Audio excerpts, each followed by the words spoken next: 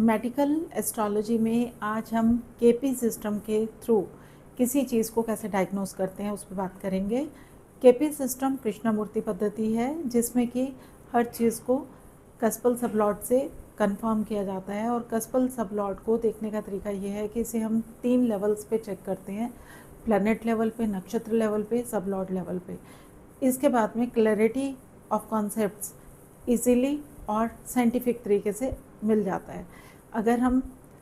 किसी डिजीज़ की बात कर रहे हैं तो 6th house in a chart और उसके कस्पल सबलॉट कंफर्म कर देते हैं कि बॉडी के किस पर्टिकुलर हिस्से के अंदर डिजीज़ की होने की प्रोबेबिलिटीज़ हैं या अभी वो डिजीज़ हो चुकी है। उसके टाइमिंग्स को टाइम करने के लिए दशांतर दशा का सहारा लिया जाता है और अगर हम इसमें सक्सेसफुल हो जाते हैं डायग्नोस करने में तो सेकंड क्वेश्चन ये आता है कि जो भी ट्रीटमेंट कोई ले रहा है वो ट्रीटमेंट उसके लिए कौन सा जो है सूटेबल होगा, उसको भी आइडेंटिफाई किया जा सकता है with the help of medical astrology. इसमें केपी सिस्टम में 5th हाउस को हीलिंग का हाउस कहा जाता है और 5th हाउस के कस्पल सबलॉर्ड जो है वो ही बता देंगे कि नेचर ऑफ ट्रीटमेंट क्या होना चाहिए पेशेंट के लिए, नेटिव के लिए। तो ये जो सजेशन है इसकी बहुत ज़्यादा जो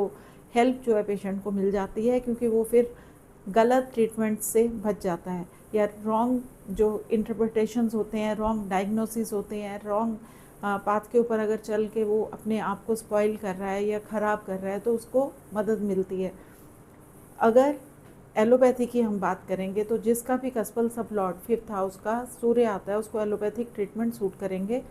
अगर मरकरी आ रहा है तो वो ड्यूअलिटी को दिखा रहा है, तो इसका मतलब ये है कि कोई भी ट्रीटमेंट जो है उन्हें एक बार में सूट नहीं करेगा, उन्हें बदलना ही पड़ेगा।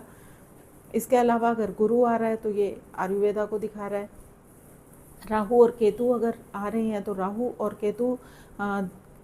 एक तरह से ये भी कहते हैं कि बॉडी को डिटॉक्सिफाई करने के लिए आपको नेचुरलपैथी की हेल्प लेनी है और किसी न किसी ऐसी जगह पे एडमिट होना है जहाँ पे पंचकर्मा किए जाते हैं। केतु जो है ये बॉडी को डिटॉक्सिफाई करने की तरफ या सर्जिकल इंटरवेंशन की तरफ इंडिकेशंस दे रहा होता है। अगर हम बात करेंगे कि जो मून और वीनस कस्पल सबलॉर्ड आ रहे हैं, दिखा रहे हैं 5th हाउस के, तो हमें होम्योपैथी या जो भी लिक्विड मेडिसिन हैं वो सूट करेंगे।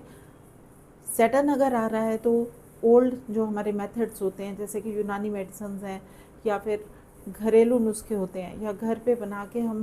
जो वैद्य के तरीक़ों से मेडिसिन लेते थे वो हमें हेल्प करते हैं। ऐसे ही अगर हम केतु की ही एनर्जीज़ की दोबारा बात करें तो मंत्र शक्ति का भी सहारा इसमें लिया जा सकता है, ओकल्ट का सहारा इसमें लिया जा सकता है। हीलिंग पैटर्न्स को आप अपना सकते हैं, हीलिंग से भी आपको बहुत ज़्यादा रिलीफ मिलेगा। तो इस तरह से एक लाइन ऑफ एक्शन मिल जाती है। अगर मंगल कस्पल सबलॉर्ड आ रहा है 5th हाउस का तो आपको फिजियोथेरेपी की ज़रूरत है, फिज़िकल एक्सरसाइज की ज़रूरत है। आपको हो सकता है कि फिज़िकली जो है एक्सरसाइज करा के आपकी बॉडी में जो भी फिक्सेशन है उसकी ज़रूरत पड़ेगी और साथ ही इंजेक्शंस के थ्रू, वेन्स में इंजेक्शंस के थ्रू या ड्रिप्स के थ्रू जब भी कोई ट्रीटमेंट किया जाता है वो भी मंगल के डोमेन में आते हैं। तो इस तरह से क्लैरिटी आ जाती है। तो जन्म पत्री दिखाना केवल इसलिए इम्पॉर्टेंट हो जाता है कि इसमें जो मेडिकल गाइडेंस छुपी हुई हैं, मेडिकल एस्ट्रोलॉजी जो है ये एक ब्लेसिंग है आप सब लोगों के लिए। जैसे हमारे मेडिकल चेकअप्स हम मंथली कराते हैं ऐसे ही हमें मेडिकल एस्ट्रोलॉजी की हेल्प लेके किसी विद्वान से ज़रूर जानकारी हासिल करनी चाहिए कि उनका ट्रीटमेंट उन्हें क्यों सूट नहीं कर रहा या उन्हें कौन से ट्रीटमेंट लेने चाहिए, क्योंकि इससे आप बहुत ज़्यादा सॉर्टेड फील करते हो और आप एक राइट डायरेक्शन में अपने आप को, अपने ट्रीटमेंट को